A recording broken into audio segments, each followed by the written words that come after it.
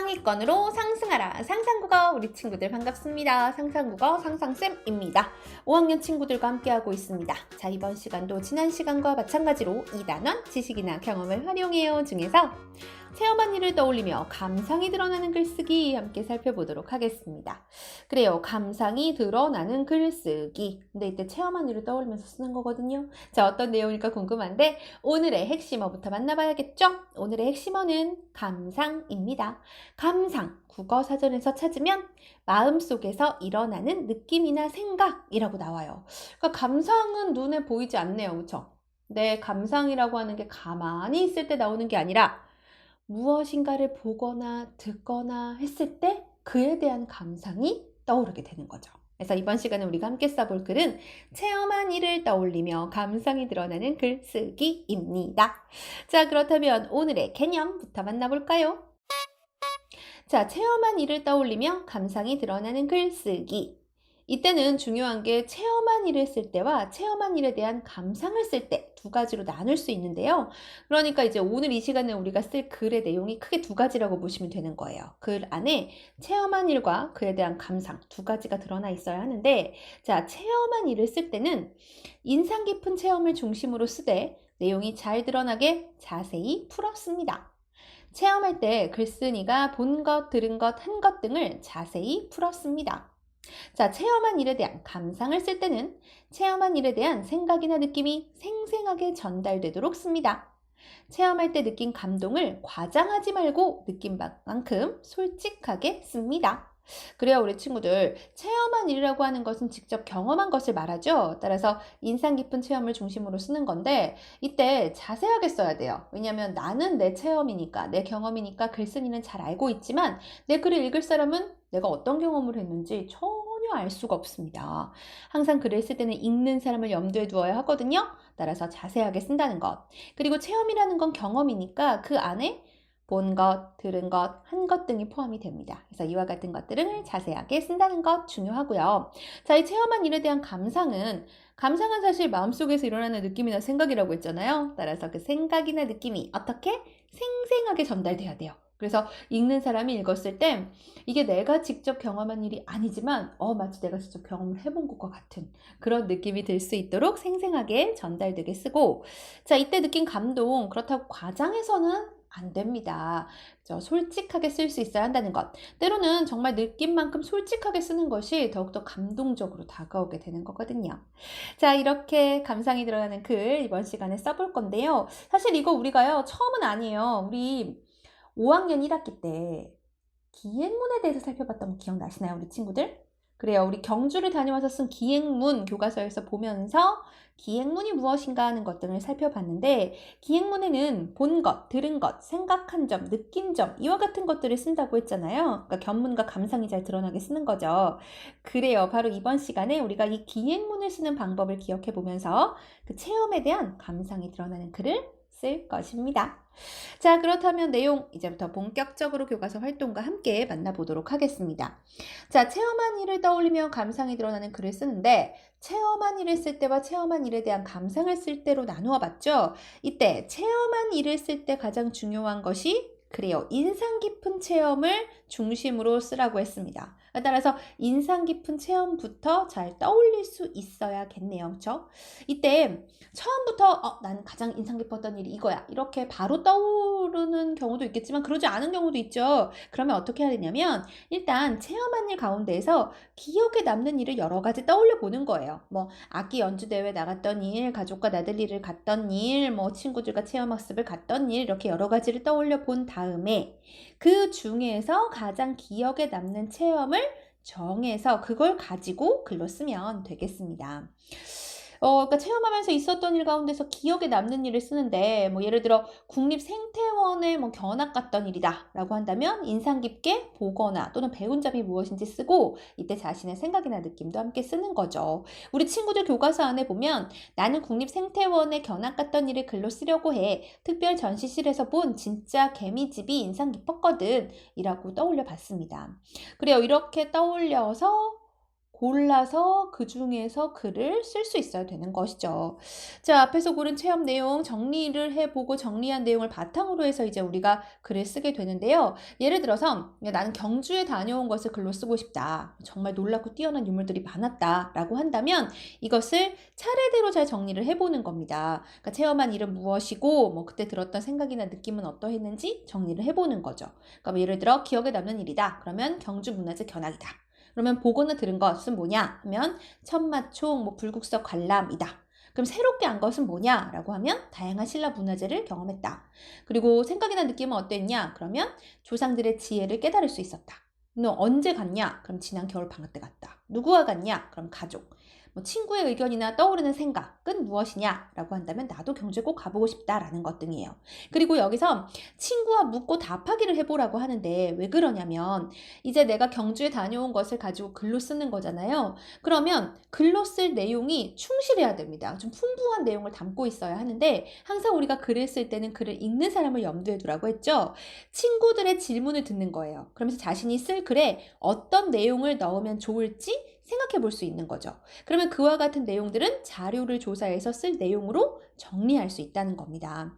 그러니까 뭐 예를 들어 친구와 묻고 답한 내용에서 이제 경주 문화재와 관련한 것 중에 뭐 가장 기억에 남는 문화재가 뭐냐? 뭐 이와 같이 묻고 답한 내용으로 정리를 해볼 수 있는 거죠. 뭐 더 알아보고 싶은 것이다라고 한다면 신라 문화재 또는 백제 문화재를 서로 비교해 보고 싶다. 이렇게 정리를 해볼 수 있습니다. 자, 그러면 이제 우리 친구들 교과서 안에 이런 짧은 글이 하나 나오거든요. 우리 친구들 교과서 78쪽을 보시면 국립한글박물관에 다녀와서 쓴 글이 하나 나와요. 그 글에 보시면 글쓴이가 체험한 일, 또 체험한 일에 대한 생각이나 감상이 드러나 있는데, 자, 글쓴이가 체험한 일은 국립한글박물관의 한글 놀이터, 한글 배움터, 특별 전시실을 관람했다는 것 알 수 있죠.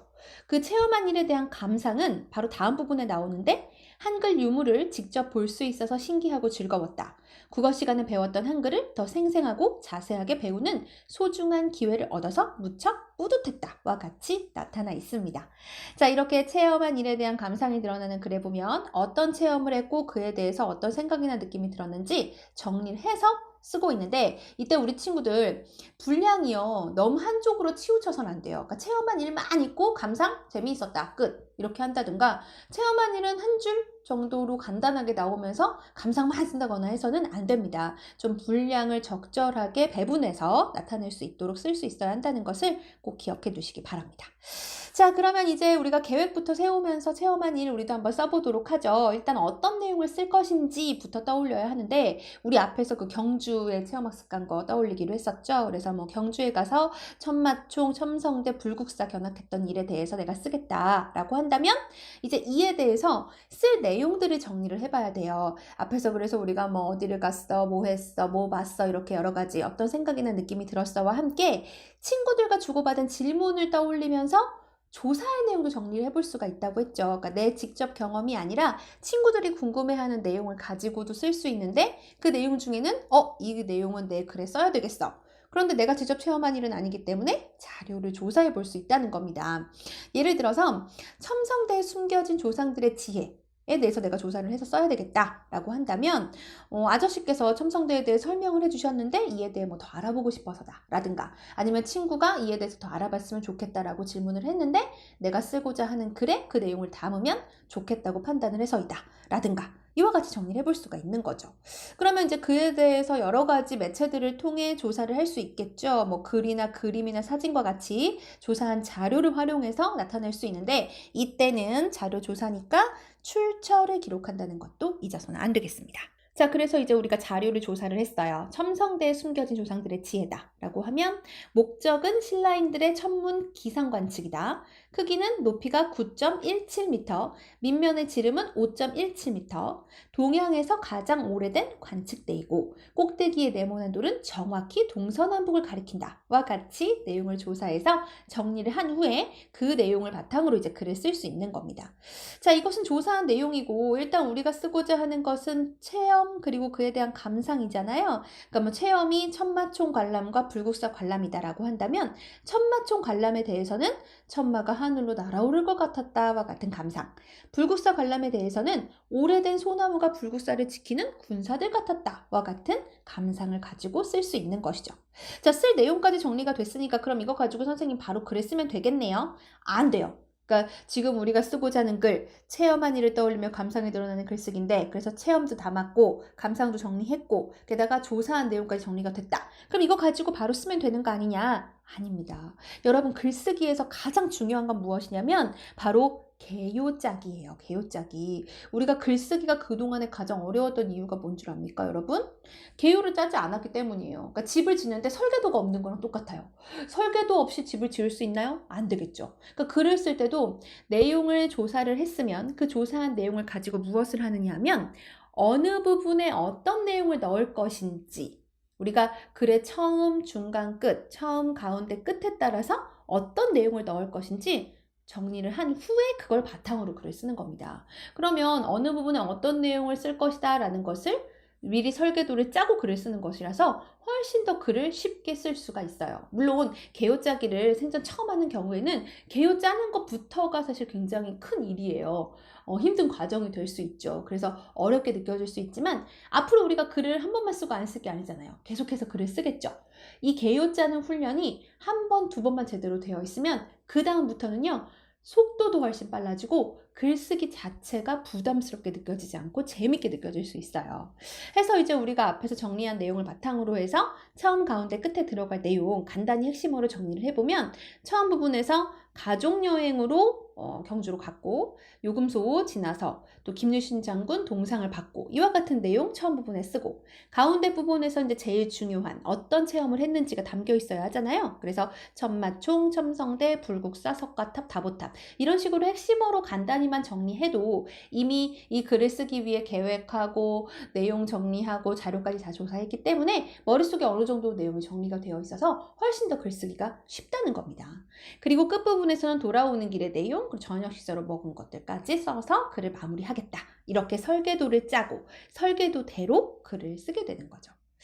자, 체험한 일을 떠올리면서 감상이 잘 드러나게 실제로 글 내용을 표현을 할 때는 이게 내가 직접 체험한 일이니까 우리 친구들 그때 내 체험, 내가 가서 느꼈던 생각, 어떤 표현으로 나타내면 가장 효과적으로 드러낼 수 있을지. 그러니까 같은 재료를 가지고 음식을 만든다 하더라도 누가 음식을 만들었느냐에 따라서 음식 맛이 다 다르잖아요. 이런 것처럼 우리가 개요까지 잘 짰지만 이것을 막상 글로 표현할 때는 어떤 표현, 어떤 낱말로 쓰는 것이 또 어떤 문장으로 쓰는 것이 내 체험을, 내 감상을 가장 효과적으로 드러낼 수 있을까? 이런 생각을 하면서 글을 쓰면 더욱더 멋진 글이 나올 수 있습니다.